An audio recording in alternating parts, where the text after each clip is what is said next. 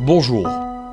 Je voudrais, avec votre permission, dédier l'histoire que je vais vous raconter à la réfoua shelema, à la guérison rapide et complète d'une jeune dame qui s'appelle Salomé Rachel Chaya Perle Bat Myriam. Et vous allez comprendre dans un instant pourquoi je veux lui dédier cette histoire.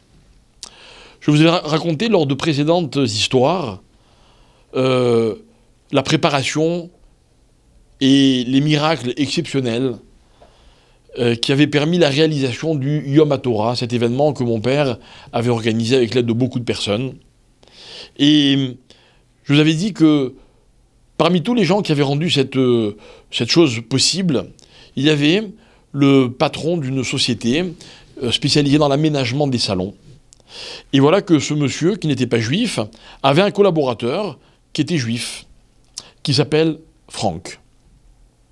Et donc ce Franck a participé, il a une grande part dans tout ce fameux Yom HaTorah. Parmi les nombreuses personnes sans qui cela n'aurait pas été possible, il y a une jeune fille à l'époque qui s'appelle Émilie. Et je voudrais vous parler de Émilie et de Franck.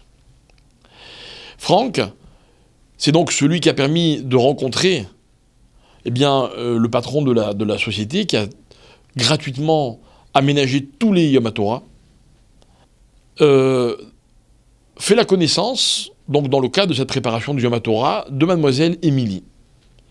Émilie ne savait pas que Franck était juif, et puis elle le découvre au fur et à mesure. Et voilà que ils se rapprochent, une amitié née entre eux, une amitié qui apparemment s'intensifie. Et elle va un jour voir mon père, juste avant une réunion à laquelle il devait participer, en lui disant « Rav, voilà, je fréquente un garçon, et j'aimerais avoir votre bracha et votre aval.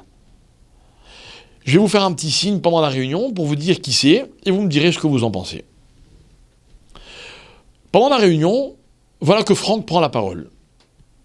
Alors Émilie profite, et puis elle fait un signe à mon père, signe auquel mon père fait la réponse suivante, devant tout le monde, il lui dit... Alors elle était contente, elle avait la bracha de son Rav. Et voilà que tout au long des semaines de la préparation du Yom HaTorah, Franck et Émilie se sont rapprochés. Et mon père suivait de loin ce chidour, et il surveillait bien ce qui se passait, et il s'aperçoit donc que la relation avance dans le bon sens. Jusqu'au Yom HaTorah.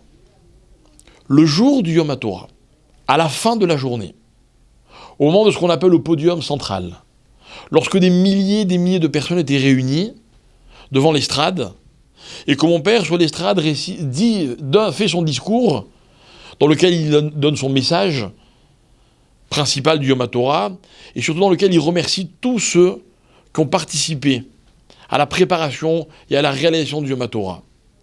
Et voilà que dans son discours, il annonce et il dit « Et je voudrais remercier particulièrement à mademoiselle Émilie et monsieur Franck et leur souhaiter tous mes vœux de Mazel Tov, car je vous annonce qu'ils vont se fiancer. » Et Franck et Émilie n'étaient pas du tout au courant qu'ils allaient se fiancer.